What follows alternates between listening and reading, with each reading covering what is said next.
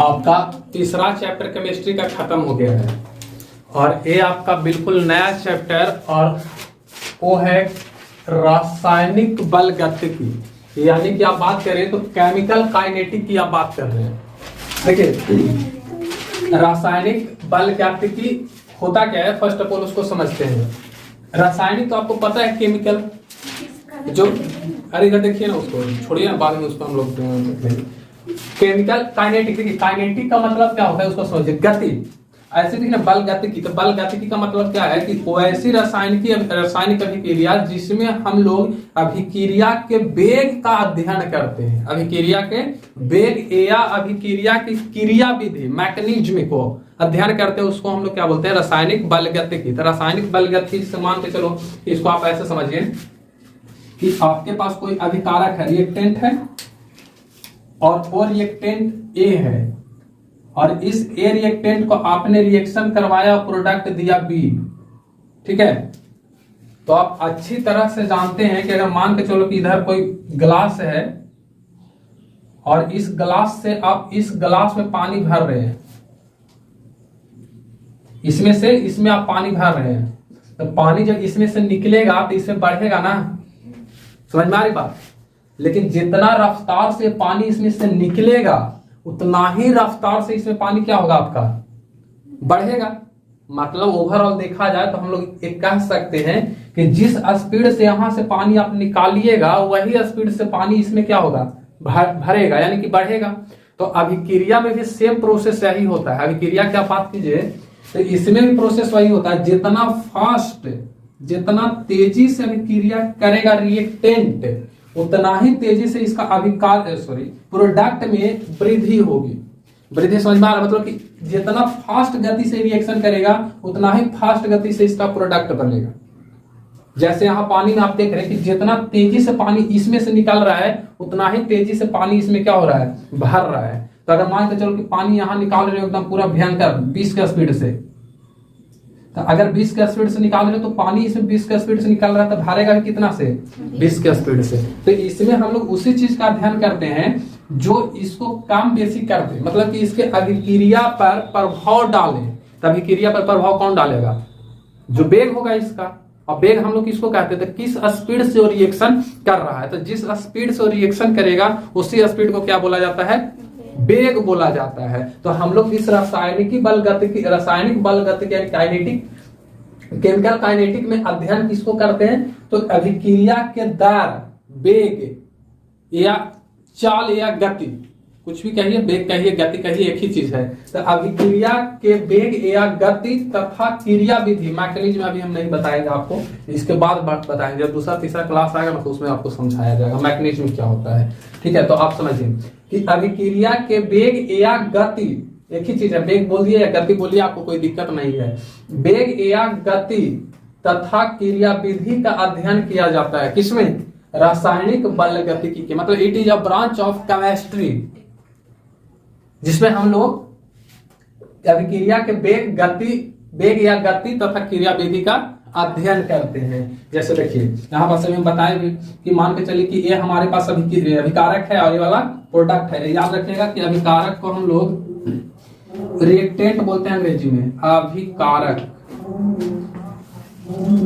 अभिकारक। और ये वाला आपका क्या है, प्रोडक्ट यानी कि उत्पाद, उत्पाद। ठीक है, अभिकारक, उत्पाद। और एक चीज आप मोटी बात में हमेशा याद रखिएगा कि जिस वेग से अभिक्रिया करेगा उसी वेग से प्रोडक्ट बनेगा। ये बात हमेशा याद रखना कि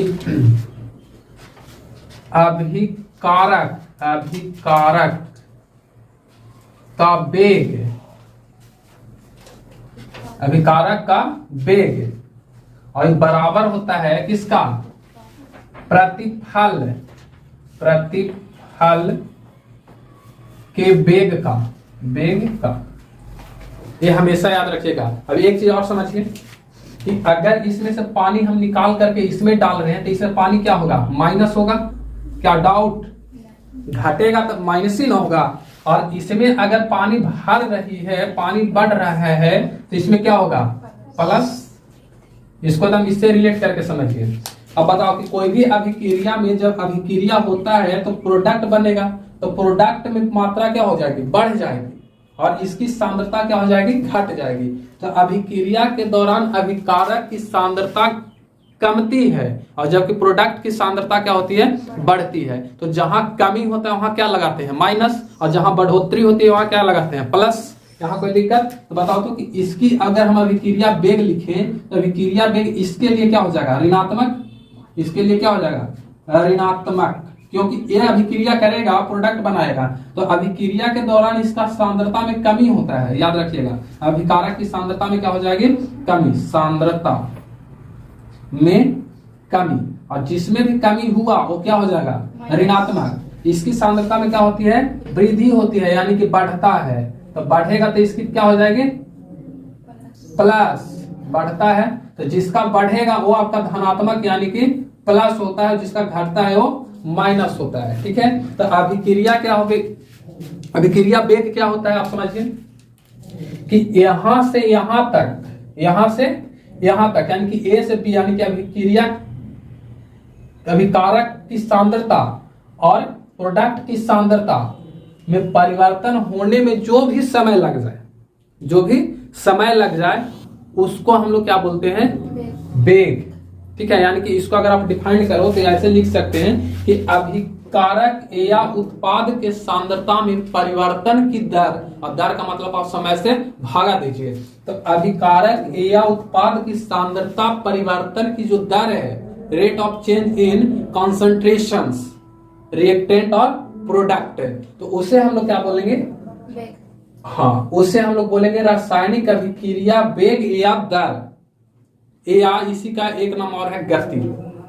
टेंशन नहीं है, तीनों आप बोल दीजिए, कोई दिक्कत नहीं है। दर का एक नाम और याद रखिएगा, वेग या गति। तो इसी चीज को आप डिफाइन कैसे कीजिएगा, तो इकाई समय में अभिकारक या उत्पाद के सांद्रता, इसका सांद्रता अलग होगी, इसकी सांद्रता अलग होगी, में परिवर्तन, और में परिवर्तन वो क्या कहलाता है, अभिक्रिया दर। ठीक है, अभिक्रिया दर, और उस अभिक्रिया दर को हम लोग एज ए फॉर्मूला डिफाइन करना चाहें तो अभिक्रिया दर बराबर क्या हो जाएगा, तो सांद्रता में परिवर्तन बट्टा समय, सांद्रता में परिवर्तन बट्टा समय। अब यहाँ ये हो सकता है कि अभिकारक का वेग अलग होगा, अभिकारक का वेग अलग और इसका वेग अलग होगा, सोचो होगा कि नहीं।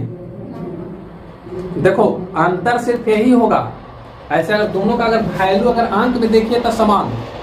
देखो हम बता रहे थे कि इसका अंक वाला जो मान है ना वो बराबर हो सकता है, लेकिन इसका चिन्ह बराबर नहीं होगा। चिन्ह बराबर नहीं होने का मतलब है कि वो दर्शाता है कि एक में कमी हो रही है तो एक में वृद्धि हो रही है। तो इसका वेग और इसका वेग का अंकनीय मान यानी नंबरिकल वैल्यू सेम होगा, लेकिन इसका साइन क्या हो जाएगा, आपका सेम नहीं होगा। जो कि इसका घोतक है कि एक बढ़ रहा है तो एक में कमी हो रहा है। जैसे यहाँ बताएं कि जितना पानी इसमें से निकलेगा उतना ही पानी इसमें भरेगा, लेकिन इसमें प्लस होगा तो इसमें माइनस होगा। तो इसका वेग और इसका वेग में कोई अंतर नहीं, सिर्फ अंतर ये होगा कि यहाँ से कमी होगी तो यहाँ बढ़ोतरी होगी, बस। और हकीकत भी है, यही चीज होता है कि याद रखना कि तो एक चीज और मोटी बात में याद रखना कि अगर अभिक्रिया के वेग में कमी हो रही है तो प्रोडक्ट के वेग में उतना ही क्या होगा, वृद्धि होगी। यहाँ वही चीज तो समझो, तो लिखा हुआ है अभिक्रिया के वेग में जितना कमी होता है प्रतिफल के वेग में उतना ही वृद्धि होता है। मतलब कि अभिकारक के वेग में वृद्धि होती है, सॉरी, अभिकारक के वेग में वृद्धि नहीं, क्या होता है, कमी होती है, कमी होती है। ठीक है, और जबकि अभी प्रोडक्ट में क्या होता है, वृद्धि। इसको में क्या हो जाएगा, वृद्धि, प्रोडक्ट में वृद्धि होती है। ठीक है, इसमें वृद्धि होती है। तो यहाँ पर सब समझिए इस चीज को कि अगर कोई आपसे एक चीज को लिए पूछ दे, एक चीज में समझ में आ रहा है कि अगर कोई यहां से हम मान के चलो कि इसकी वेग सांद्रता में परिवर्तन होने में टी समय लग जाए, समय कितना लग जाए, टी।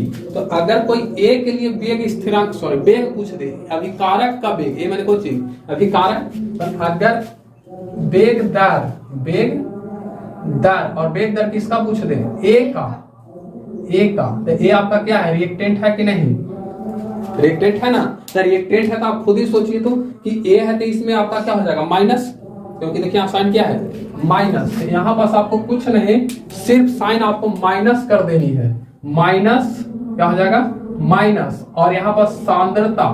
अब बताओ तो कि यहाँ जो सांद्रता लोग है वो किसका सांद्रता, अभिकारक का, इसका, यानी कि सांद्रता में परिवर्तन बट्टा समय, ये क्या हो जाएगा समय।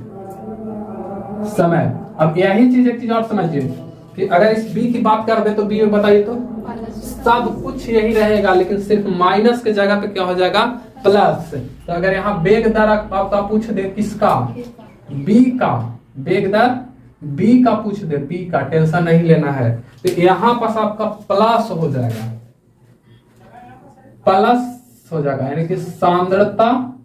देखिए यहाँ पूरा वर्ड नहीं लिख रहे, आप चाहिए तो यहाँ समझ सकते हो, सांद्रता में परिवर्तन, ठीक है, सांद्रता में परिवर्तन बट्टा समय, बट्टा समय।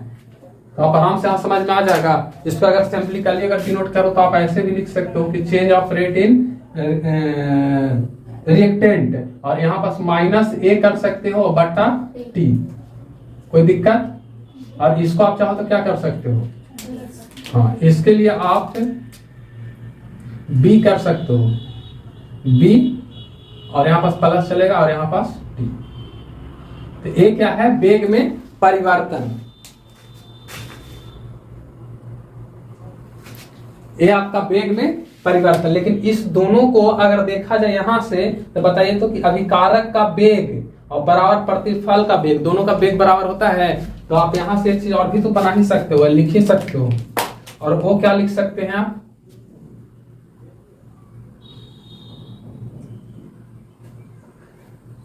कि ये अभिक्रिया दर या वेग, कुछ लिखिए वेग, और क्या हो जाएगा, तो ये दोनों बराबर हो जाएगा, यानी कि माइनस ए बट्टा टी, माइनस ए बट्टा टी, और किसके बराबर हो जाएगा, तो प्लस बी बट्टा टी का। काहे नहीं होगा, यहां सब देख सकते हो, है ना, कि अभिकारक का वेग बराबर प्रतिफल का वेग, दोनों बराबर होता है, तभी कारक का वेग में सिर्फ माइनस और प्रतिफल के वेग में प्लस। तो टेंशन ही नहीं है, आराम से आप समझ सकते हैं। तो इसके बाद फिर हम अगले बार आपको और इसका डिटेल्स आगे पढ़ाएंगे, ठीक है, ग्राफ वगैरह बताएंगे, तभी ग्राफ नहीं हुआ है। तो ये क्लास है ही बेसिक क्लास, आपका नॉलेज इतना ही काफी है बेसिक क्लास में। उसके बाद फिर और पढ़ाया जाएगा आगे टॉपिक में।